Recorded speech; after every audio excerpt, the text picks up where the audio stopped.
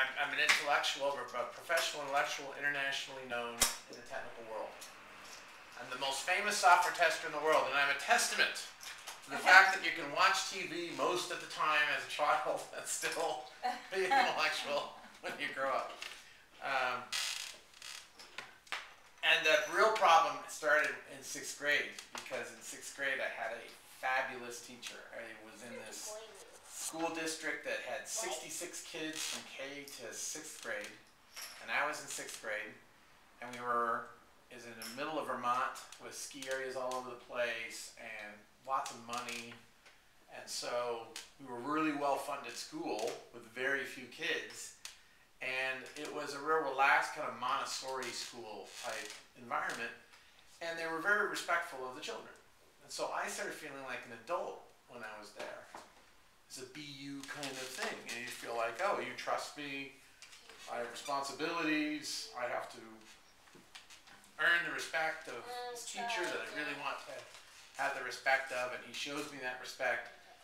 I ended up babysitting for my teacher's kid and helping him in his farm and all this great stuff. Then I went to 7th grade, and 7th grade was like a prison colony compared to 6th grade, and I had already had that taste of being an adult, and I wasn't interested in going back. So I immediately began a strike. I would refuse to do homework at all ever.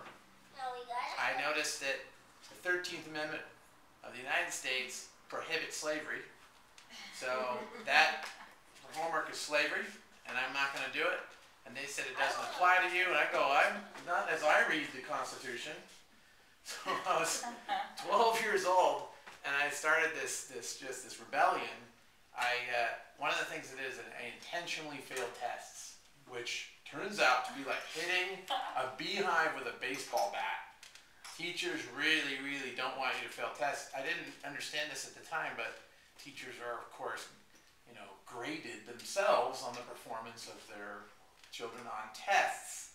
So when someone really good at passing tests decides to fail the test instead, it makes a big impact on the curve. So, well, you know what? Being 12, one of these days I'm going to write a book called 12.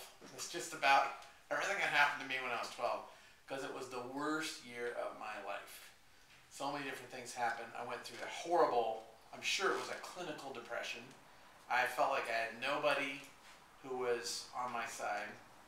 I hadn't really met my father yet.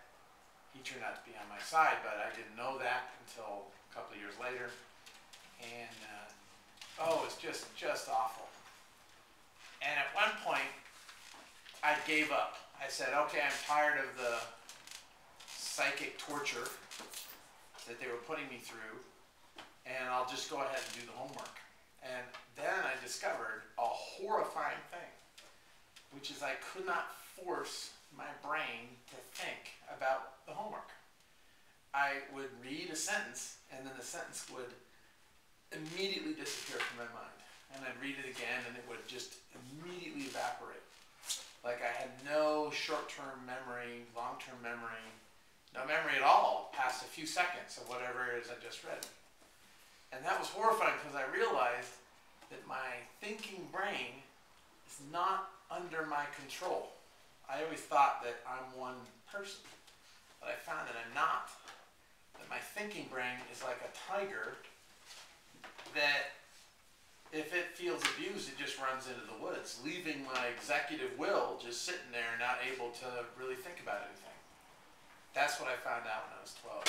So I decided to go on pretending that I was rebelling, even though I wanted to give up. I couldn't. And this is a defining moment in my whole life, because what I found out is that I apparently have a disability that apparently other people don't have. But I'll bet you everyone has a touch of this, at least. And the disability is that unless my heart is in my work, I cannot do any work. Lots of people seem to be able to do things that their heart is not in. But if my heart's not in it, I will physically collapse. I'll get sick, physically sick. it's like an allergy. It builds up over time until one day I can't function at all. And twice in my early work life, I reached a point where I could not function at all. I couldn't force myself to do any work. And once I figured out what was going on, I haven't had that problem since. Because I don't get into things that I don't want to do anymore. So that became this guiding principle. Guiding principle is don't do things that aren't right for you, and then your brain will be fully engaged. Do the things seek the things that you are drawn toward. Seek the things that your heart can be in. In other words, try lots of things and quit.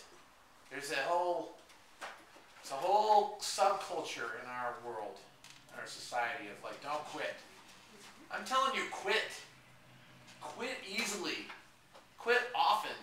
Try lots of things and quit. If you're afraid to quit, you'll be afraid to try things, because everything you try will just stick to you and weigh you down, because you feel like if I quit, it's a failure. So the theme of the book, the theme of my whole self-education that led out of that, had to do with reversing lots of principles that people take for granted. Lots of people think that it doesn't count as reading a book unless you read the whole book from beginning to end. I used to think that too. And it would prevent me from reading books at all, because I wouldn't want to just dabble in it. I'd feel bad. Well, since then I've amassed a 3,000 book library, and some of the books I've read all the way through, but almost all of them I've barely glanced at. It's what Nicholas Taleb calls an anti-library. A library of books that you have available to you, and that when you feel like dipping into it, it's there, like a cistern of water that you can just dip into, sip from. It's all there. But you don't feel like, you don't look at a cistern of water and go, I have to drink all of that or else I'm wasting it. No, it's there. It's always there. It's a resource for you. So I just got into so much trouble in